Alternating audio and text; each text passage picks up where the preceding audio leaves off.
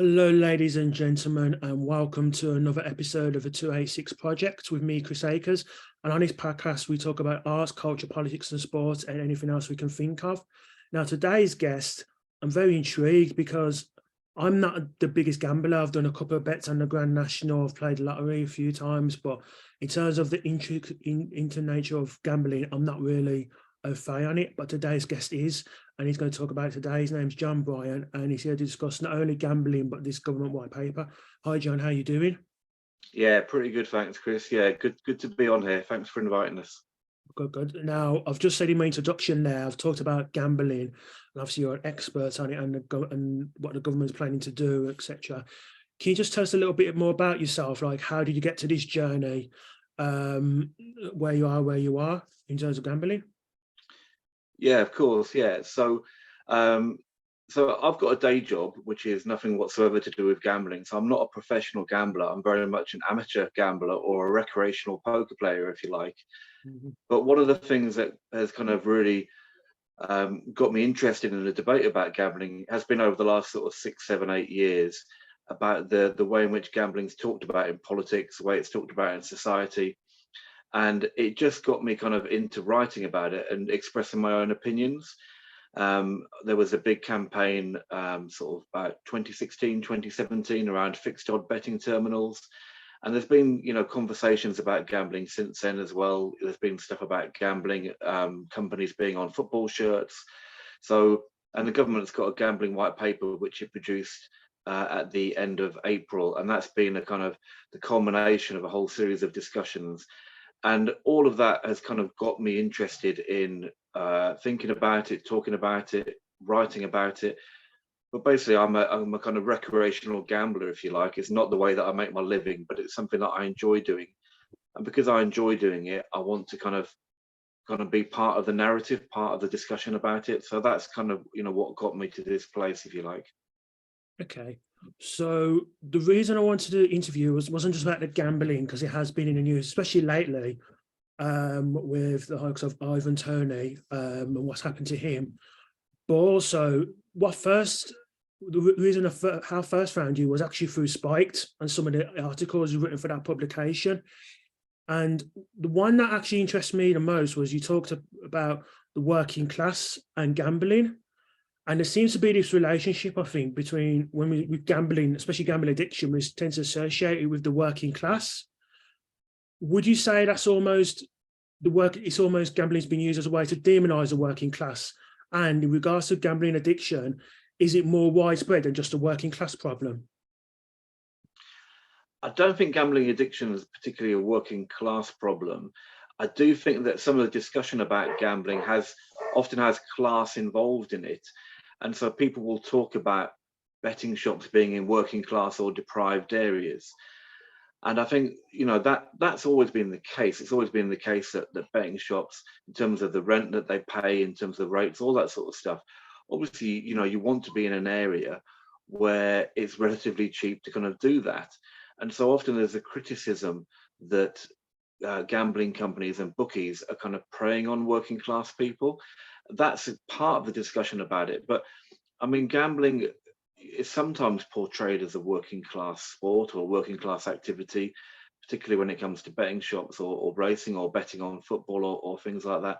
I don't know if it's necessarily the case of the working class being demonized. I think sometimes the working class is occasionally patronized about that. It's like we want to help people get out of this addiction. We want to help people to stop betting. Whereas the reality is that many people actually enjoy betting and having a punt. Yeah. So I remember actually reading an article. I can't remember where it was from. It might have been The Guardian. And it was talking about my hometown and how there was many betting shops in this particular, on the high street in this particular area of my hometown. But I'm just wondering, just trying to link it to retail, is it the case that there is a lot of betting shops now, or is it like retail where what's basically happening on our high streets is retail seems to be on a downturn? Is that the same with betting shops? Absolutely. I mean, betting shops have been on the decline for the last 20 years or so. You can kind of the amount of betting and gambling that goes on has pretty much been steady over the last few years. There's clearly been an increase in online betting, but that's mirrored, if you like, by a decrease in offline betting or betting in booking shops.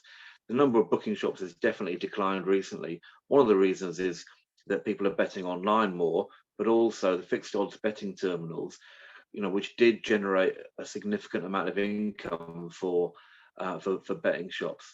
That they've been, that the minimum bet has been also the maximum bet has been decreased to £2 on that, and so that there's been a number of things that have seen betting shops decline over the last 10 or 20 years.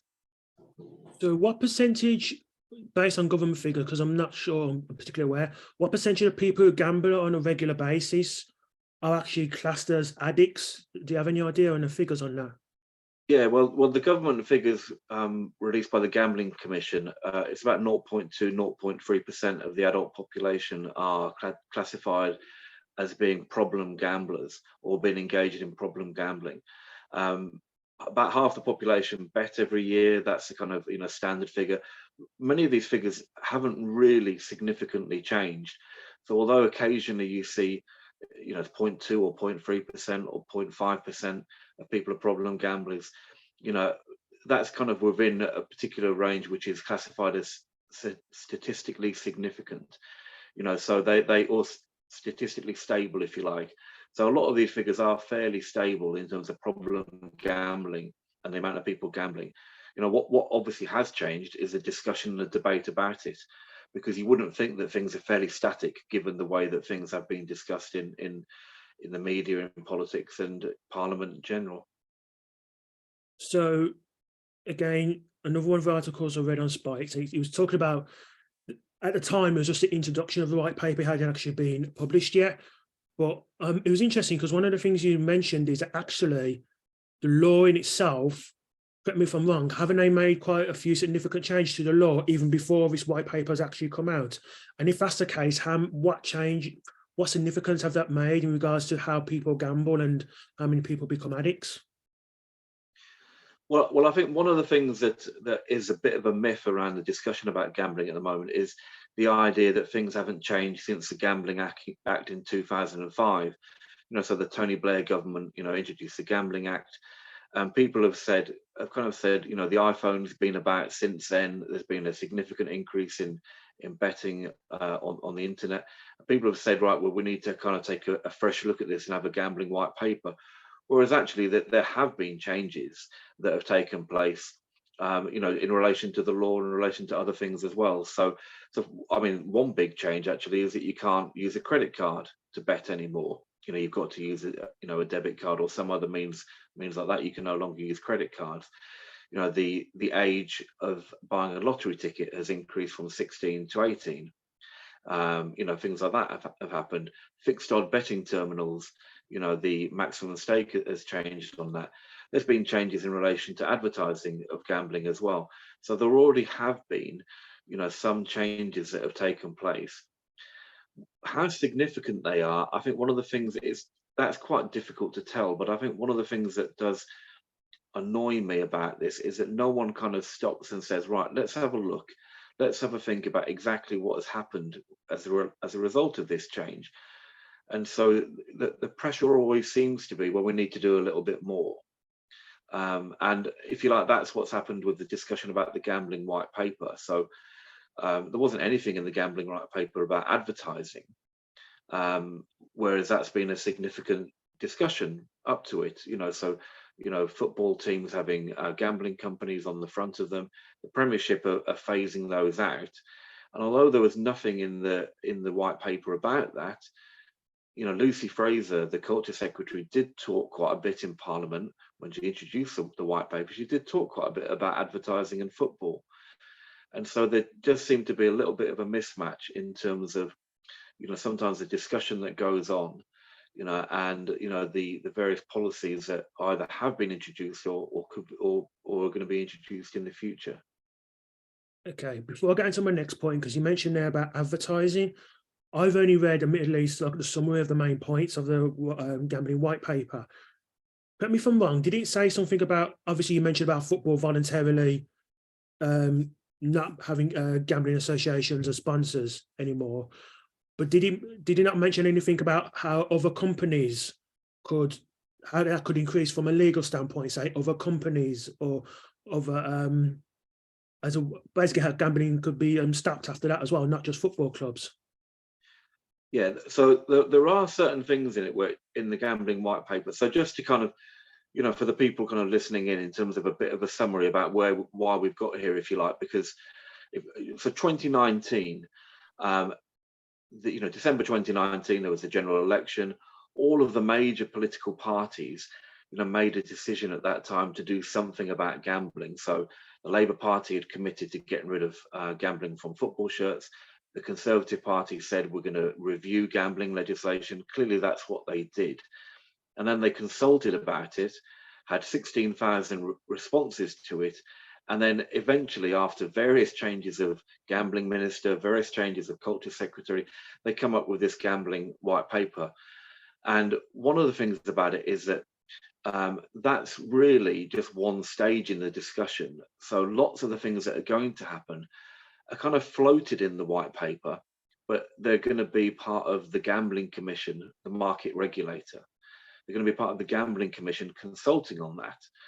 So there could well be other things that aren't yet mentioned, which could well happen, in the next 12 months or in the next 5 years in relation to gambling legislation, in relation to the media. But it kind of depends where this discussion goes, so there's nothing. There was a lot of pressure on the government from various kind of lobbying groups to do certain things around gambling marketing, gambling sponsorship, even things like whether or not gambling companies could market their products to gambling consumers. And those things at the moment, there's been no kind of, blanket approach to that, banning those, but that there might be things that come in which perhaps come about as a result of yet another consultation. So those things may well happen, but some people have tried to kind of, as Premiership football teams have clearly tried to do, they've said, well, we're going to phase them out by 2025 on a voluntary basis, and so the government have kind of left them to it, and it might be that they come back and revisit that in terms of what the government tried to do. So I don't know if that quite answers your question, but I think some of these things are a bit of a journey, if you like. So because you're quite able to kind of change legislation, year on year, then it might be that these things, come back, in the coming, months and years. I was watching boxing at the weekend, and in between the rounds, there was some times where they obviously go to the corners and listening to what the cornermen saying to the boxer, but there was some times where they had this one guy on from, I can't remember which betting company it was, but saying, well, this is what's happened in the round, what's happened in the fight so far. These are how the odds have changed from round by round. Was there anything in the white paper regarding that? Because I know obviously you've got companies like Sky who have Sky Bet as well. So they're heavily, and I think they do something similar, like the odds after half time. Because surely, if you've got, say, football, for instance, if you've got a team winning, say, 2-1 away from home, then the odds may change. Someone might think, actually, there's another bet to be had in this. So was there anything, not just in terms of just general advertising, like you would have in normal TV adverts, was there advertising during the actual sporting event itself? Yeah, so from memory, there is a bit about in-play betting, which is what you're referring to, but I don't think there's anything actually where they say this is what we want. Again, one of the things that I think the government has done in the white paper is they've kicked a lot of these things into the long grass, if you like. They've not made many decisions themselves, and I think that part of their reluctance to make decisions is because they don't want to set that many precedents. So if they said, right, there's going to be no advertising on this, or there's going to be no in-play betting or things like that, then that would kind of set a precedent, if you like. And so some of these things may well happen, but it might well happen as a result of the Gambling Commission doing, another consultation on it. I mean, it's interesting what you said about boxing and in-play betting, and you said you can't remember the name of the company. one of the things that strikes me about this is that people often complain about gambling adverts, but then can't remember all the specific details about them. And you think, well, actually, they can't be that influential then if there's only certain things that you remember about them. So so things like in-play betting, and clearly they are designed to get people to bet more. And there are some things that have happened in terms of football where there's been a whistle-to-whistle ban on adverts, where you don't have gambling adverts after certain times, in the day. Personally, I don't have a problem with promotional things, betting companies doing that. But I know that there's still a discussion about whether or not that's a good thing, because quite clearly, if you are an addict or someone who does have problems with gambling, then they might be that might stimulate you to bet, and that might be problematic. But I think we have to we can't take a total banning and restriction approach to all of these things, because if we do, then we'll just end up banning and restricting everything. So, in regards to the banning of it, because one of the things, correct me if I'm wrong, that you're really almost against is these checks that people might have to do, where if you go, and again, these are vague details I've read, but if you go over a certain limit, or if you're someone who gambles regularly, you'd be subject to various checks if you're in betting shops. Is that correct? Yeah, so there's a discussion about something called affordability checks, and that is where the gambling company perform a check as to whether or not they think that you can afford to bet the amount of money that you're doing. Now, that's been floated for about the last 2 or 3 years. Now, the reality is that actually a lot of gambling companies do that anyway. So they have to perform, by law, gambling companies have to perform certain checks. Anti-money laundering checks, for one thing, is one of the things that they have to do. And that's not just betting online, that's also betting in person at a casino or a bookies, because if what you're doing is you're using the proceeds of crime, or you're money laundering in some way, shape or form, then there has to be a bit of a check on that. The thing about affordability checks is that the government, again, have said they've not ruled on this as such. They've not said this is what is definitely going to happen. Again, they've asked the Gambling Commission to look into this and consult about it, and then make a decision. Now, there's various problems with that, not least of which it kind of takes it out of, if you like, democratic accountability or democratic control. So whether or not you think Parliament is a particularly good body, at least these things can be discussed and debated and voted on then. But if it's just happening with the Gambling Commission, then that's just a body of the government making decisions without much accountability. What they've said is, and I think the amount they've said is, if it's £125 or more that you lose, then we'll look into that. And I think that's over a 24-hour period, from memory. But part of the problem with that is the government or a company saying, well, actually, we think we can determine how much you can spend on this activity. And that doesn't happen in any other part of society that I can see. And for me, as I said right at the outset, gambling for me is a recreational activity. It's a leisure activity. It's how I spend some of my leisure time. And therefore, for me to spend a particular amount of money on that, well, that's just part of my disposable income.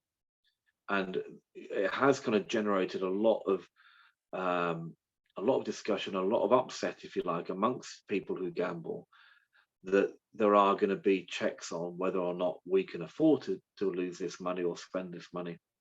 And some organizations as well, they say, well, we need to check on whether or not this money that you're spending is causing you any harm.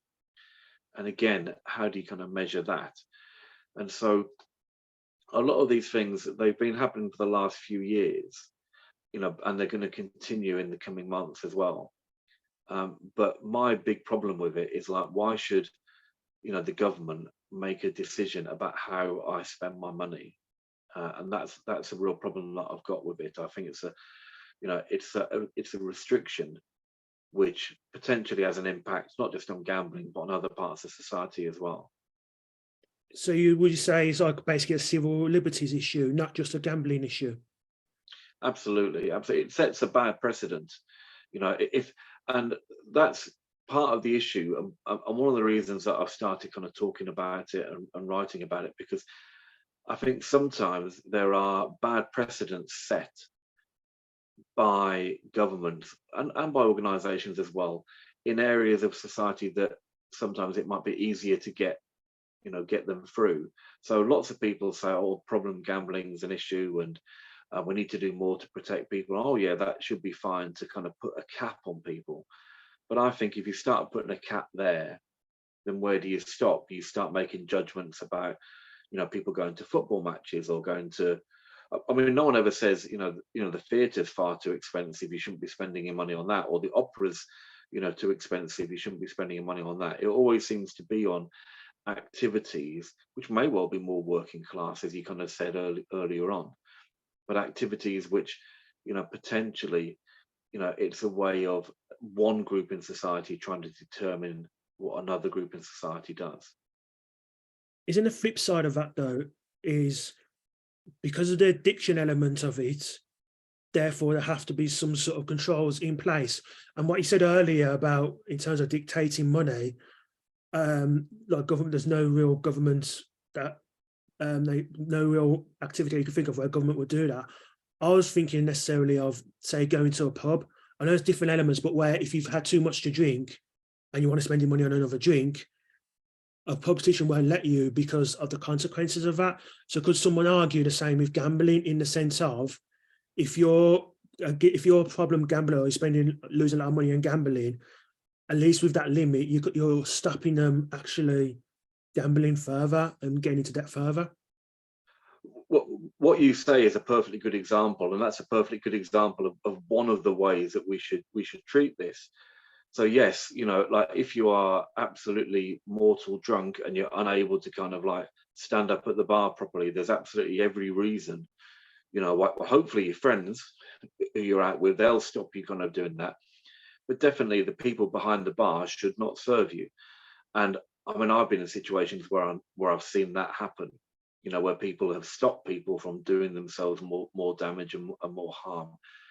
And I've also seen it actually in casinos as well. So, people who are staff in casinos, if they feel that someone is doing something that they shouldn't be doing, spending too much money, again, how you kind of make that determination, in some ways it's a kind of personal thing and very much dependent on the individual circumstances. But I've certainly seen situations where I've seen that prevention take place, and again, that's in person, but you could also do that online as well. And I am aware that there are gambling companies that have been fined significant amounts of money for not intervening when they should have done. So if someone's betting too much online, and they haven't intervened, then it's absolutely right that the Gambling Commission fined them as a result of not stopping that activity. So there are already various things that you can, indicators of harm is what they're often referred to.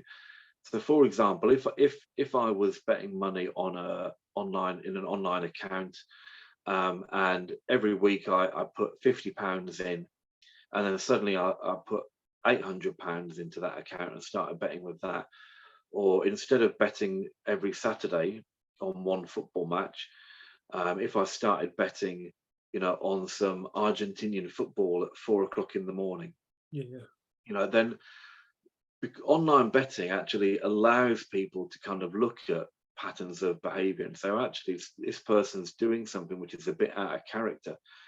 Maybe we can send them an email or send them a text message or put them a message on the screen to say, look, this is outside of your particular betting patterns. Perhaps we can do something about it. And there are all sorts of things that you can do, when it comes to online betting, but even when you can in-person betting. So I don't object to companies taking that decision and intervening. And I think that's the right thing to do. Where I think it's problematic is where the government set a total rule saying you cannot do this. That's where I've got a problem with, because I don't think it should be down to the state or the government to intervene and to produce a bit of legislation which basically doesn't just have the act of changing gamblers.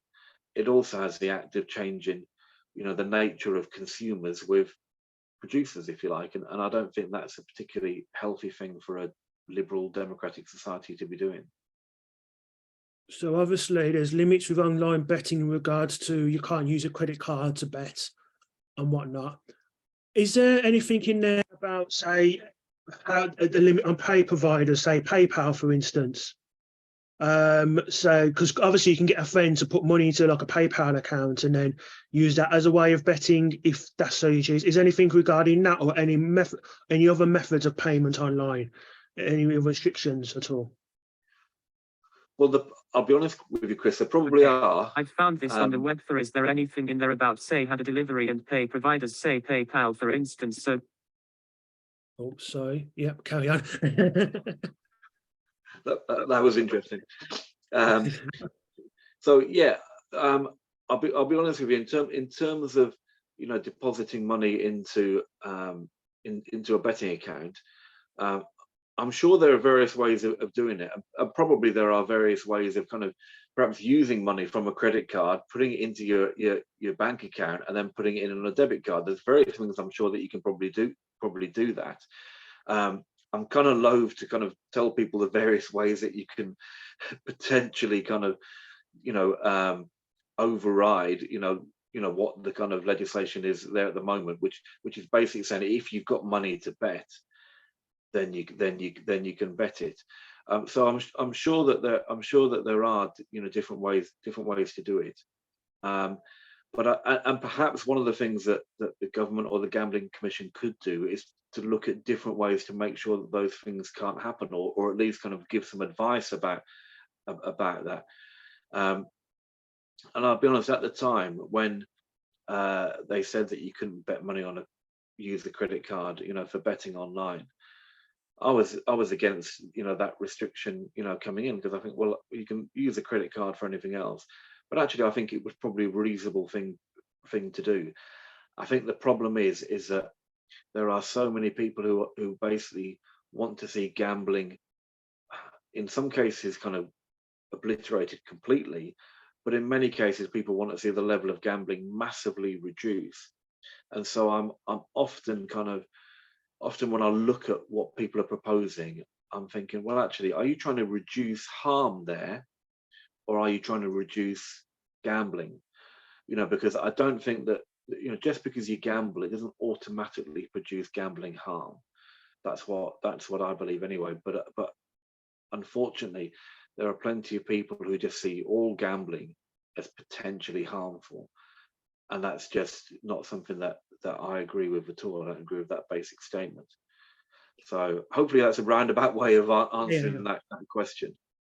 Yeah. What types of people and what groups would want to not just restrict but almost ban gambling, and why? Well, I think that there are various kind of different people, and often people say it's a cross-party issue. So there are certain politicians, there are certain MPs who are quite prominent in the debate about gambling, and sometimes they'll be referred to as anti-gamblers, and sometimes they'll take offence at being called that. But actually, some of the things that they propose, I do think, are against gambling, certainly not in favour of it. And therefore, sometimes I do think it's appropriate to call them anti-gamblers. So Ian Duncan Smith, for example, prominent Conservative MP, Carolyn Harris, who is quite a prominent Labour MP. I think she's the deputy leader of Welsh Labour. There are other MPs as well who are quite prominent in discussions around gambling reform. Then there are other groups as well, some of which are charities, some of which are individuals. There are some who want to see an end to or lots of restrictions on online gambling. There are some who want to see gambling advertising go altogether. So I think there's an organisation called Campaigning Against Gambling Advertising. Some of them sometimes say it's a public health matter. So they think that gambling harm is a public health matter. And the problem with that is, I think, is that they tend to kind of lump gambling in with other things which they don't like smoking. So lots of the arguments against smoking are often kind of utilized in relation to gambling. And they said, well, we got rid of gambling. We got rid of smoking adverts, so we're going to get rid of gambling adverts next because it's the same thing.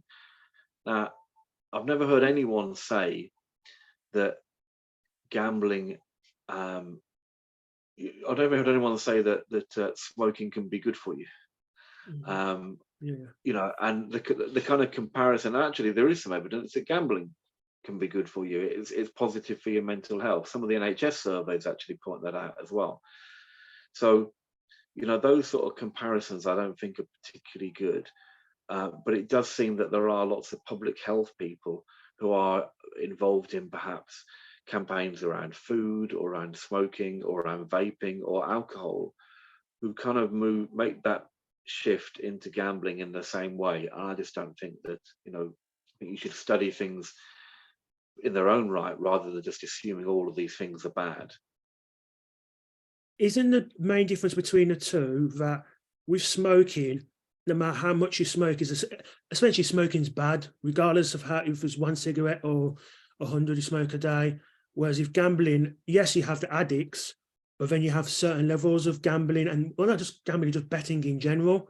And so therefore, a lot of it depends on, it could be anything from, say, oh, I'll bet this horse will win amongst your friends, to going to a betting shop. Isn't that one of the major difference, actual levels of harm each can do, where smoking is just one level of harm, which is no matter how much you smoke, it's going to damage you in some way. Yeah, I mean, clearly that there's plenty of evidence that shows that smoking is linked inextricably with all of these, various kind of bad things for your body, and gambling is just not like that at all. And there are certain things. I mean, it's interesting you said about having a bet with your friends.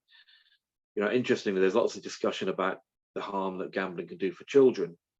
And actually, one of the big things that children do in terms of betting isn't going to the casino or setting up an online account. What the big part of it is like a sweepstake on the World Cup, or betting with their friends, or whatever it might be, playing cards with their friends. So yeah, there's definitely a massive difference, between the two. And unfortunately, some people see gambling as always harmful. That's certainly not. The evidence doesn't bear that out. And I suppose, just to kind of link in with one of the previous question that you said about the types of people, there's often a religious element to this as well. So in the House of Lords, there are loads of people in the Lords who are anti-gambling, and a lot of that is around a religious belief. And again, sometimes you have that in the wider society as well, that people take a religious kind of approach to gambling and think that all gambling is sinful. And clearly, there are various things that we do which people might call sinful. Gambling happens to be, for me, one of the recreational things that I enjoy doing. Yeah, we've talked a little bit about public health there. From what I recall reading some of the white paper, is there something about how betting companies have to pay a certain percentage? Is it towards public health to help addicts? Is that the case? And what percentage is it? And what does the white paper recommend? And also, what do betting companies do currently regarding that? Well, at the moment, there are voluntary donations which gambling companies give for research, education, and treatment. And that there are, I think it's 100 or 150 million pounds, which is kind of put aside to do that. So that already takes place. One of the things which the gambling white paper talks about is a levy. So yeah, a certain proportion. I mean, it talks about 1%. And again, this has exactly how that happens. But that would be a certain percentage of gambling profits being used for research, education, and treatment. Now, on the one hand, you could say, well, there's nothing wrong with that. It's the idea of the polluter paying. So if you think that the polluter, should pay to kind of tidy up or do something about the pollution, the gambling harm in this case, then you could say that that's a reasonable thing to do. My concern about it is that it overemphasizes the importance of gambling harm, or the percentage of gambling harm that there is, or the percentage of problem gambling. So there already is things taking place. So if that's not working, then you kind of need to put a very clear reason for why that's not working, and that's not really being put forward. The other problem, I think, with it is that it will then be susceptible to people interfering in it. So if the government have got 150 million quid, then who's going to be likely to kind of tap into that and use that money for research, education and treatment? And there's been a lot of discussion about people who are opposed to some of the changes and the propositions in the white paper, where people are saying, well, this is a grift. This allows people, who sometimes their only kind of the only thing that they're trying to do is prove that there is gambling harm. This allows them to access that money, produce some research perhaps, which justifies them doing even more research, and then potentially that then leading to more implications for intervention in terms of what we do in terms of gambling. So I think that it is one of the things which hasn't worked its way through yet in terms of the impact of it, but it could in a few years' time, be quite problematic in terms of how that money is spent and what the outcomes of it are. And I guess the other thing that you can say about it is, like, is that really what we're saying? So, the government is saying, actually, we're not going to use NHS money. We're not going to use money to intervene on problem gambling by doing things ourselves, through general taxation. We're going to, tax the people who are getting the profits from this. And if that's kind of worked through in other scenarios, I think that's quite problematic in terms of what that says for government spending in the future.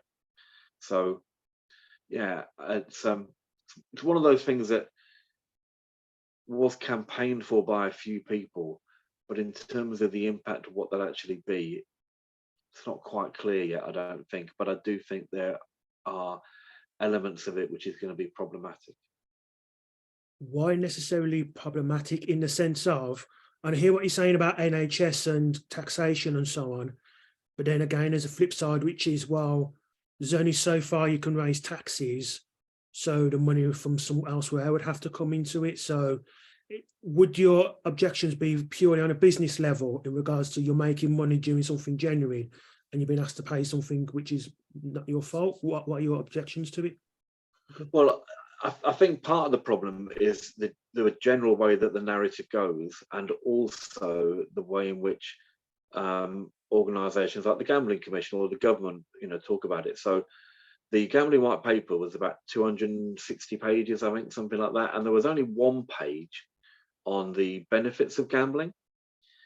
Now, you could say, well, that's fair enough because it's all about the problems of it, but actually, when the government set out their consultation, they said we need to find a way of making sure that people can gamble and enjoy themselves, but also do something about the harm. Now, the reason I'm saying that is because there's not that much research into the benefits of gambling. And, you could say, well, that's because there's no benefits. Well, how do we know if it's not properly researched? Mm-hmm. And it would be quite difficult, I think, for the government to say, right, there's 150 million quid. We're going to spend 50 million quid of that. Well, we'll do half and half. We're going to spend 75 of it on research, which potentially looks at the benefits of gambling, and we're going to spend the rest of it on stuff which is looking at the negative side of it. So, because the tendency will always be, well, it needs to look at the problem side of it. And there is evidence, and NHS surveys have shown this, that if you gamble and you gamble without any problems, then it's good for your mental health. But stuff like that, it's not that it's suppressed by anyone, but it's hardly highlighted. I mean, I've highlighted it in some of my writing that I've done, but it's hardly something that's highlighted by the Gambling Commission or by the government or anyone else. It's all about the negatives.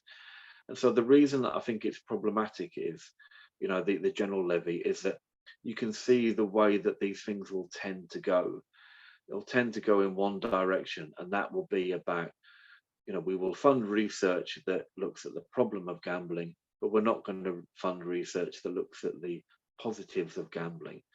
And any time that you do kind of go down that route will divert you into a different way. So that's why I think it's probably problematic in the way that it potentially works out. I mean, obviously some of these things we don't quite know yet, but the direction of travel, the way that I look at it, isn't particularly positive, unfortunately.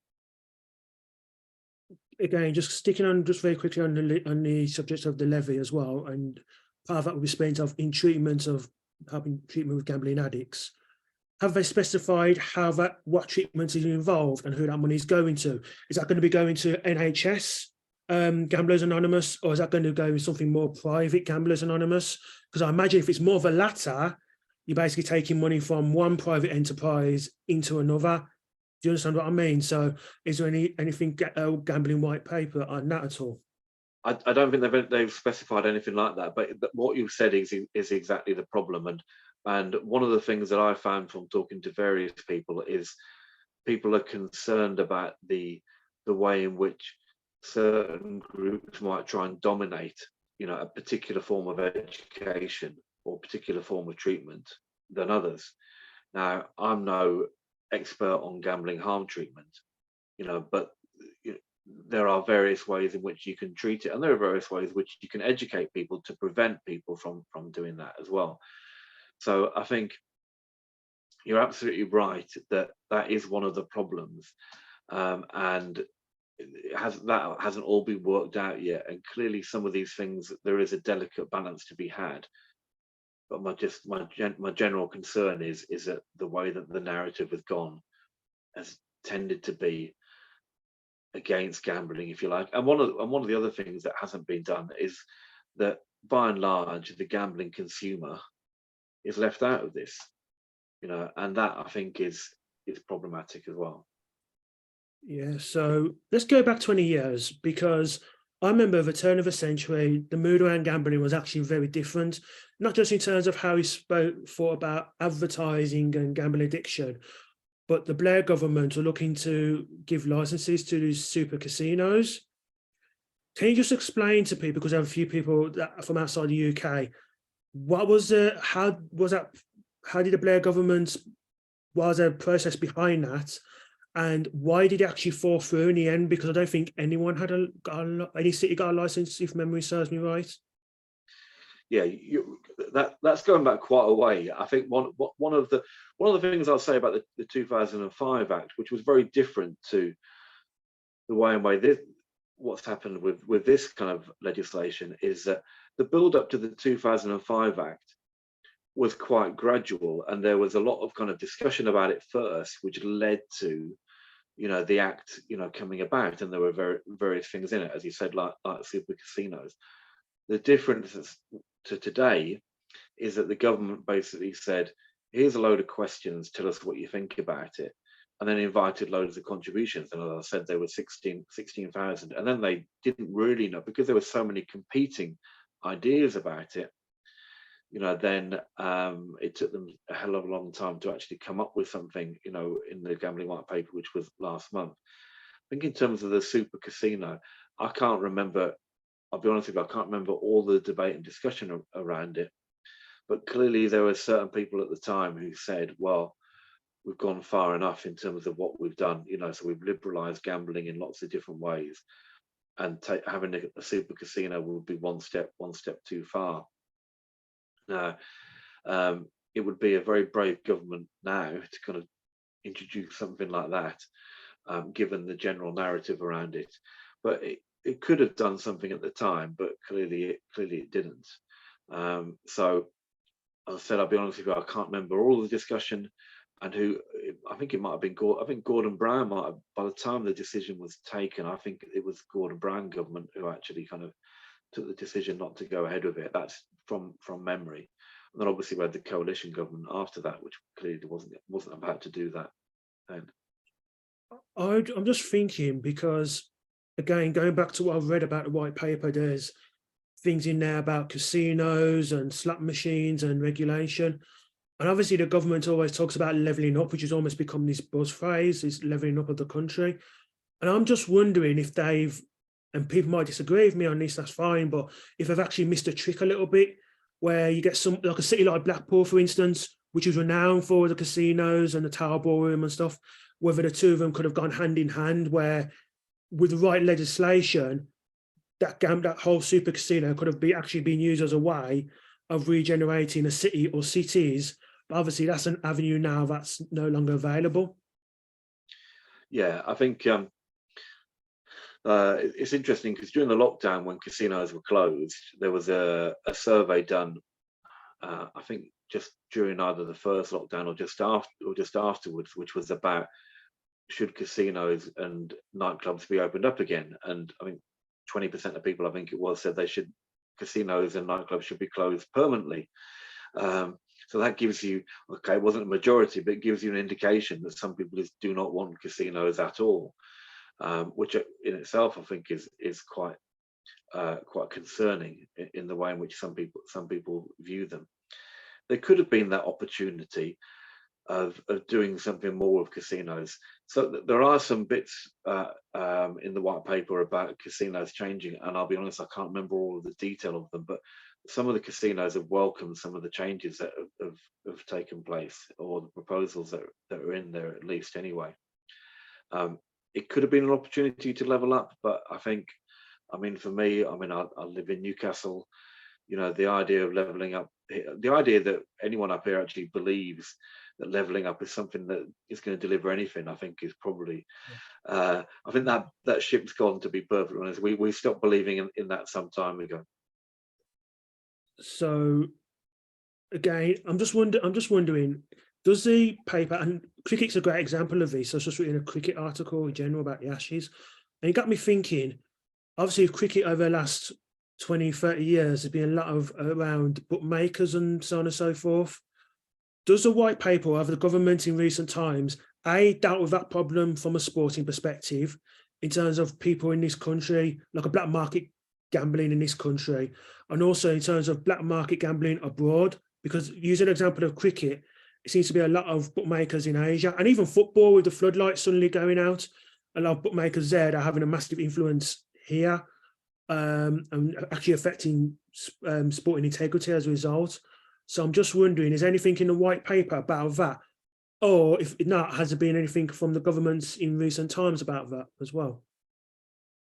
Well, I mean, the black market's an interesting thing because the Betting and Gaming Council, who are the kind of the trade body, if you like, for the betting and game, or for the vast majority of the betting and gaming industry, they've always said, and I think they're right as well, they've always said that if you over-regulate, if you put too many restrictions and too many regulations on the regulated market, people will then turn elsewhere.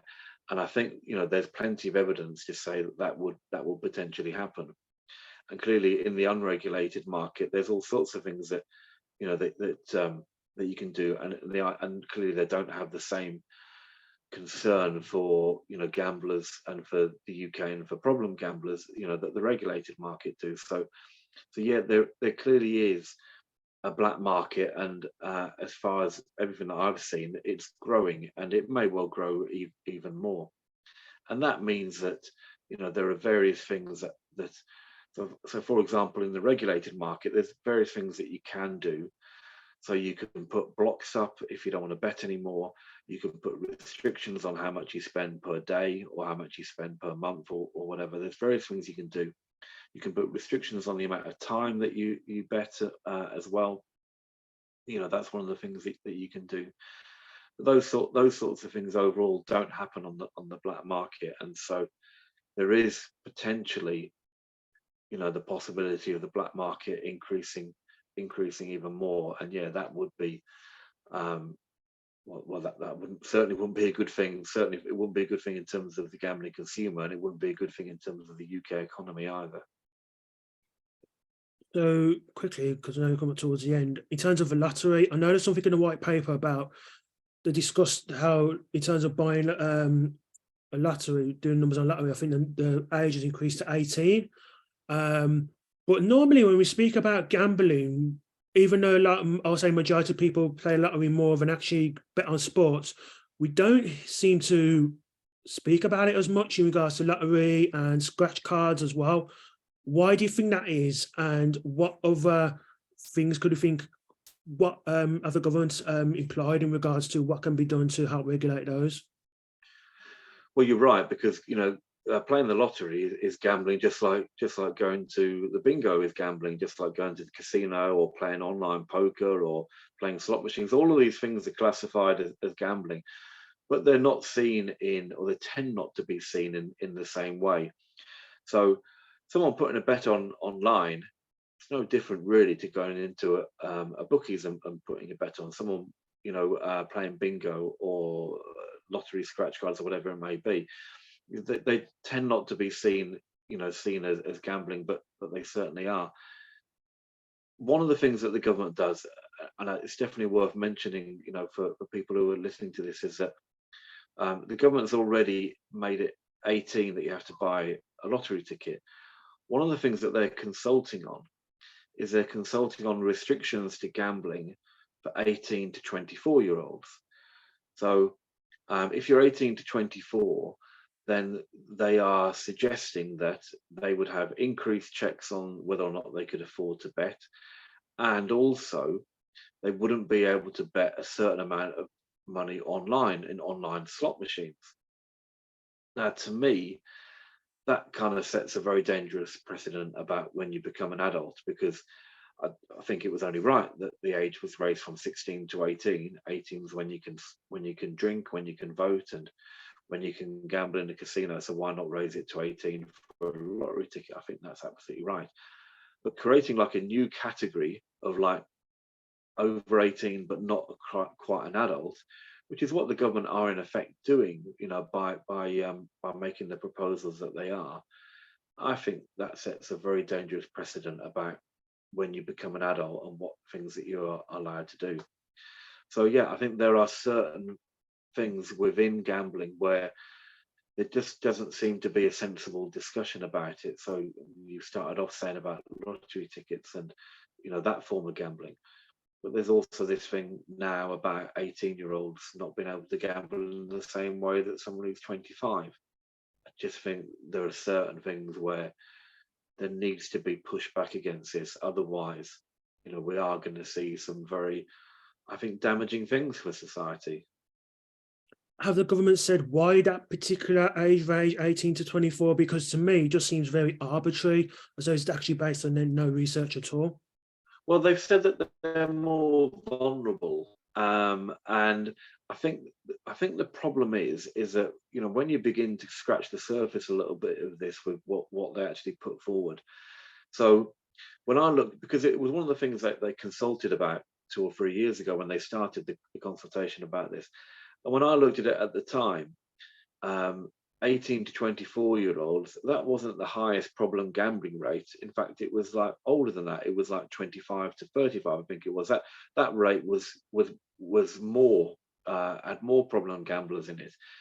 But obviously tackling that age group looks really idiotic if you say that 18 to 24 you can gamble normally, if you like, and then next age group you can't. So they have put forward reasons for it. But I don't think they stand up to any scrutiny at all. And they certainly don't stand up to any idea about what a normal adult is. When you can do all these other things, you can become a member of parliament at 18, but you can't kind of gamble in the same way that a 25-year-old can.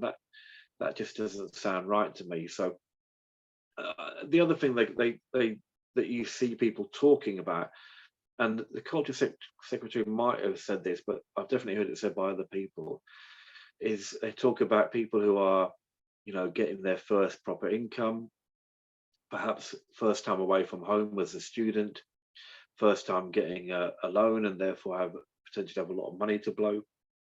But there are all sorts of things about, getting a job, being a student, having your own place, all those sorts of things, part of like a coming of age. And it just seems a bit strange that, that we say that one leisure activity is something that we're going to restrict for you. So I just think that that's a problematic issue which hasn't actually got the attention that it deserves, and I do worry about what that says about, or what in effect the government is saying about what it considers 18, 19, 20-year-olds to be like. It's basically saying that they are not full adults yet, and I just don't think that's a good thing to be saying. Isn't a problem with lottery tickets similar to how if you're buying alcohol from an off license, in the sense of if you're under 18 and you want to buy alcohol from off license, you can always get an adult who has ID to buy it for you. Is there a similar sort of thing with lottery? Although on the flip side of that, if you win a significant amount, I imagine it'd be very hard to claim it. But if it's say a tenner or whatnot, then if there's like an understanding between the purchaser of a ticket and the actual person you get it for, then there's ways around that as well. Yeah, I think that there's often a discussion about gambling and children, and actually the amount of children who are able to gamble is actually quite minuscule. So a child going in, an under 18-year-old going into a casino or going into a bookie, or buying a lottery ticket, for example, the amount of children doing that is very, very small percentage compared to the percentages of buying other age restricted products. So, and there's been research done about this, about the amount, the good barriers, if you like, on age restricted products. And actually, gambling is one of the ones where by and large people under 18 are not allowed to gamble. Now, there have been instances quite clearly where potentially using adult ID or an adult debit card, under 18-year-olds have kind of set up online accounts and have been found out, and obviously that's and action's been taken about that. But overall, the kind of 18s and over are the only people allowed to gamble. As a country, we're pretty good at kind of enforcing that, I have to say, even when it comes to the purchase of lottery tickets. Okay, so finally then, how would you like to see the discussion around gambling change over the next, say, 5 years? Obviously, this white paper is going to have a major influence on that. But from one of the things, some of the stuff you were saying, how would you like to the whole issue around gambling, not just in terms of legislating it, but just how we see it, society as a whole? How would you like that discussion to change? Where would you like it to go?